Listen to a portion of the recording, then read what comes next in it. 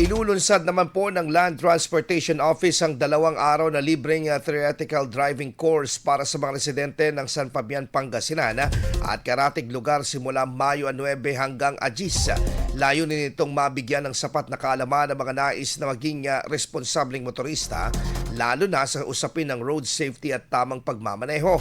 Ipapatupad naman ng first come first serve basis para sa mga nais lumahok at bukas lamang para sa mga 16 na taong gulang pataas.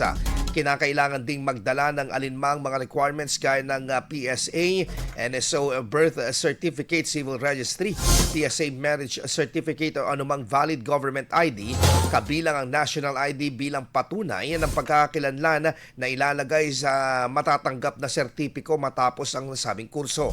Hinikayat naman ang tanggapan ang publiko na samantalahin ang naturang libreng pagsasanay upang maging ligtas, disiplinado at responsableng motorista sa kalsada. IFM News. IFM News. IFM News.